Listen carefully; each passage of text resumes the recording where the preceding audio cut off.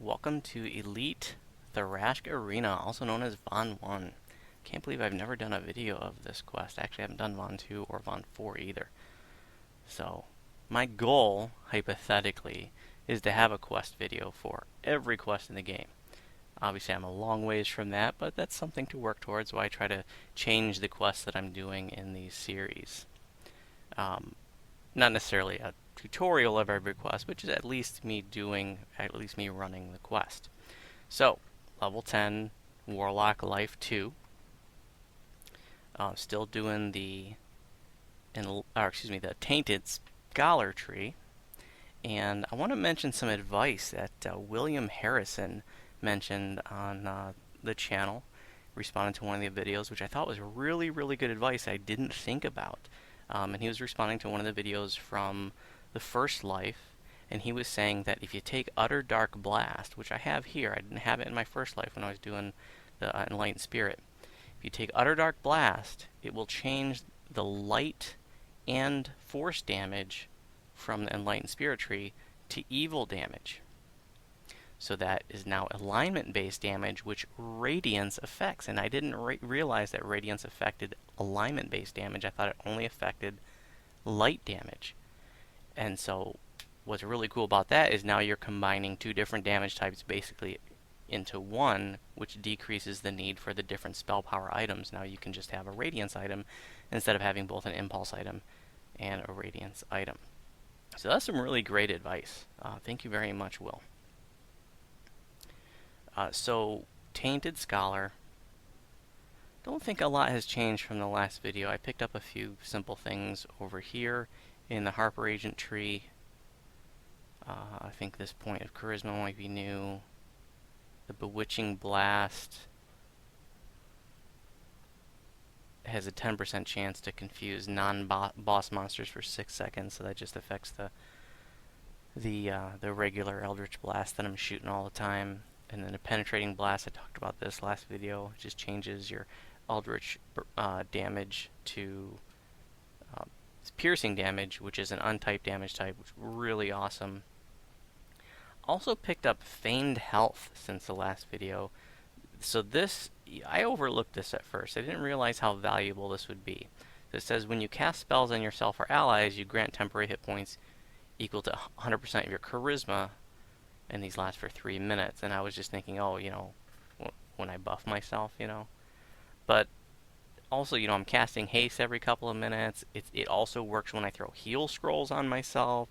So that little bit of a buffer of temporary hit points, as you're regularly casting haste and stuff, they do help to mitigate some of the damage you're taking and acts as a form of maintenance healing. So pretty cool. I think it's worthwhile. I've only been using that for a few quests, but it seems like it's kind of nice. So I'm gonna stick with that. I'll go over the gearing choices that I've made. I've got Resistance 5 on the goggles, still using the Elemental Mithril Breastplate. This comes from the Tempest Spine raid. Got it slotted up with the Master's Gift and Sapphire Defense 6. A very nice light armor option for a Warlock. There's probably better, but I'm going to go with this. I like the slots and stuff. Braces of Wind, so got the next tier from the last video. Now, in addition to Permanent Blurry, it's got Dodge 4%, so that's pretty nice. Obviously, I'm not benefiting from the other stuff on there.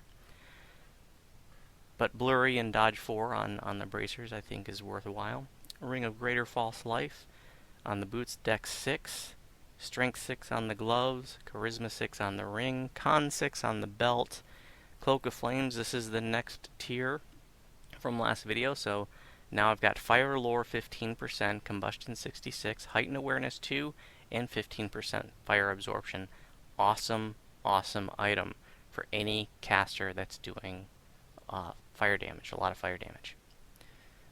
On a Shard of Power from the Shroud, which can be used as a crafting blank, you just got to disjunct it first, and then used as a trinket, I've got Feather Falling and Good Luck +2, and that's only for a regular Shard of Power. You can't do that with a Great Shard or a Supreme Shard. Evocation Focus 2 on the necklace, and Helm of Heavy Fortification. what is missing is kinetic lore. I should have that. I probably could have squeezed it into the necklace or something, but I will have that soon. Not a big deal that I don't have it at level 10.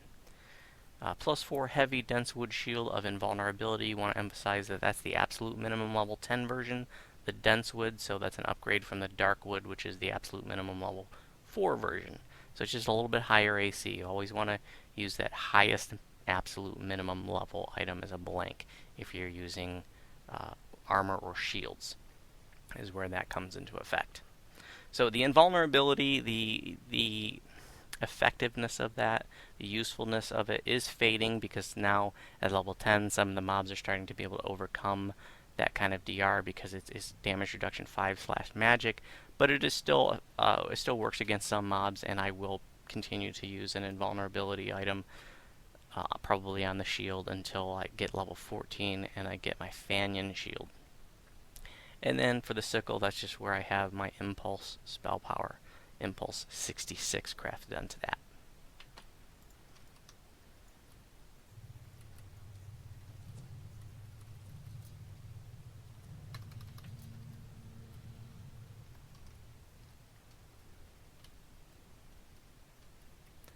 Also want to say hi to Permamonk, another fan of the videos.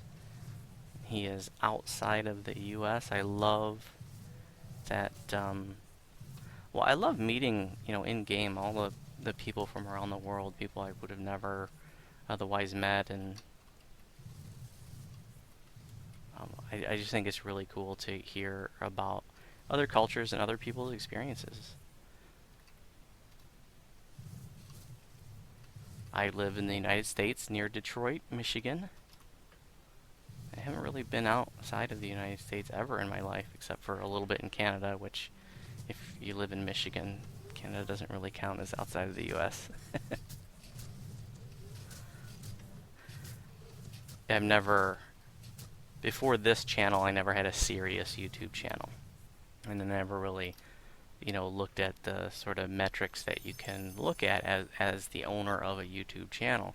And one of the things that you can do is you can look at where in the world people are watching your videos. And so I can see that it shows counters, like how many people in each country, all over the world. It shows a map of who's watching your videos. And I just think it's so cool that people from all over the world are watching these videos. So, hello to all my international friends out there.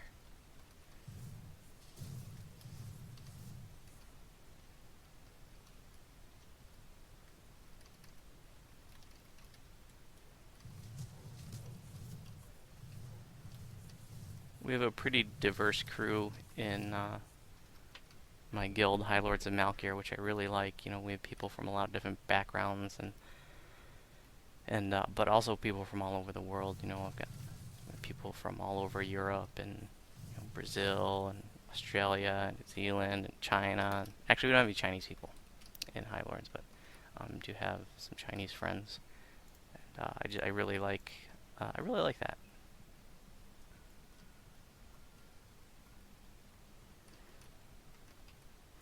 What I would really love is to find somebody. I really want to learn better Spanish. My Spanish is very lame, and I would love to find someone on Sarlona that was a native Spanish speaker that would be willing to group with me and help me learn Spanish. And if it was somebody who was ideally trying to learn better English or practice their English, that would be cool too.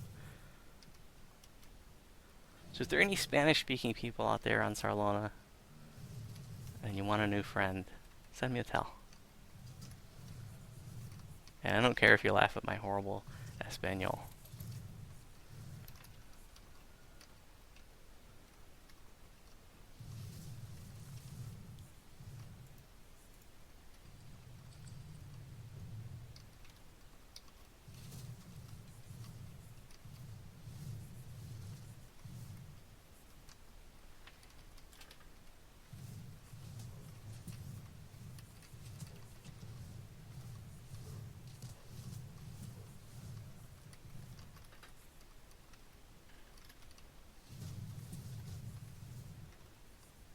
So one of the things that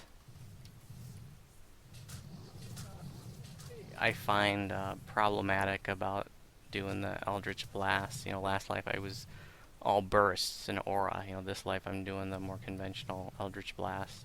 Is that, and I talked before about how it doesn't update the target fast enough. Once you kill a mob, it shoots the next blast off into the ceiling or the floor or something before it updates to the next mob, instead of that next blast shooting to the next available target right away. But another problem is that, and I've also talked about the range limitation on Eldritch Blast. I'm not really happy about that. It seems pretty short distance, and it's also kind of slow. They really need to double the range, and like I said before, having a large effect at the meta magic feat would be really nice. But because it's on the slower side, when mobs are moving, it can be a little tricky to hit them. And so that's another thing I'm not really crazy about. It's still a little on the overpowered side, but even considering some of those negative factors. But hopefully they'll give the Eldritch Blast a little more love, and have it work a little better, a little more efficiently, speed it up, increase the range, and make it update its targeting a little bit more efficiently.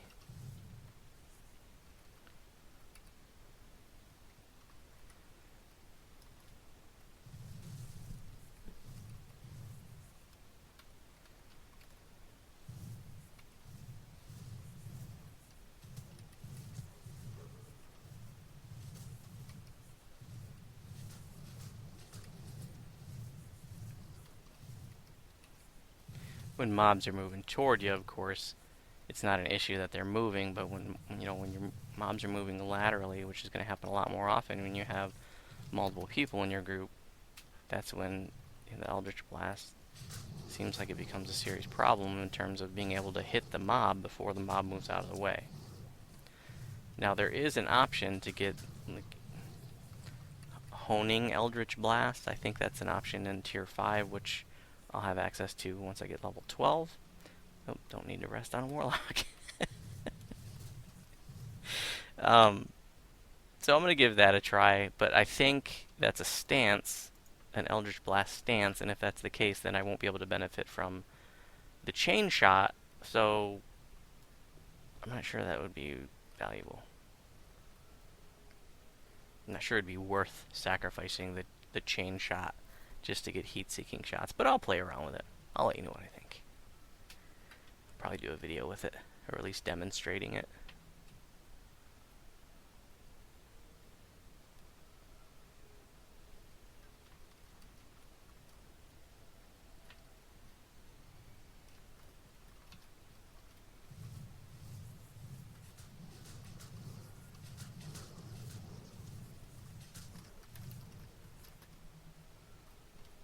One of the neat things about the Warlock is when you're killing champions, the remnants seem to spawn at your feet.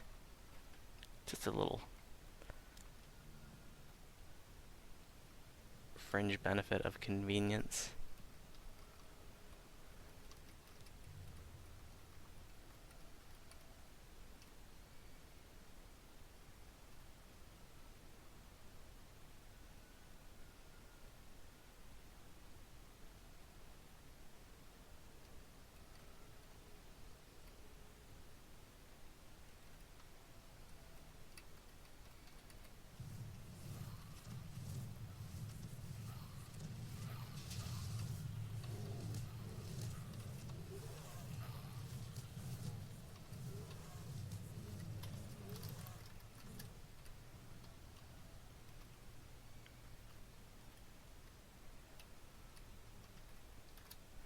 Someone had a comment asking me, like, how can you solo Reaver's Fate? And I said, well, it's pretty easy. It's actually probably the first raid that I soloed, probably the easiest raid to solo, next to Tempest Spine. And they said, well, how do you fly up? And, is there enough time to come back? And yeah, there is, absolutely. You can fly up as long as you go straight up into the west to the lever and come right straight back. You can, get back with 15, 20 seconds to spare on fly. And that's a fun raid to try to solo. it is timed, so you gotta have enough DPS to beat down the Reaver, fly up, and then do the puzzle in less than 20 minutes. So it can be a little bit of it's a fun challenge to solo.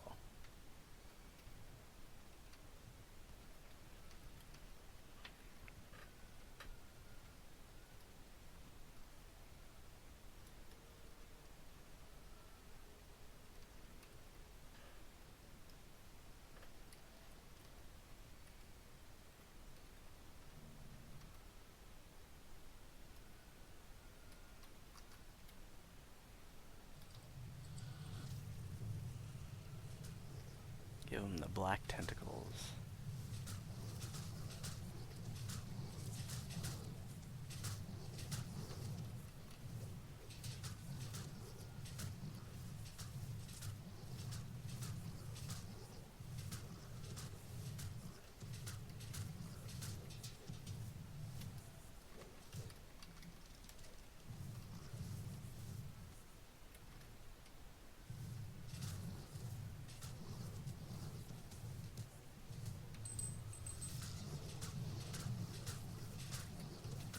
Grogan is the same promoter from, I think it's Crucible.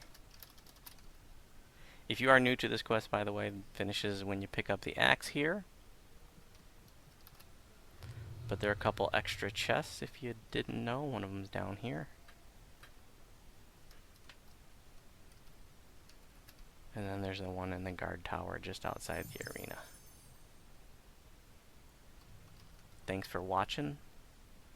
If you have any questions about my videos, you can respond on YouTube. And if you happen to be on Saralona, you are welcome to send me a tell.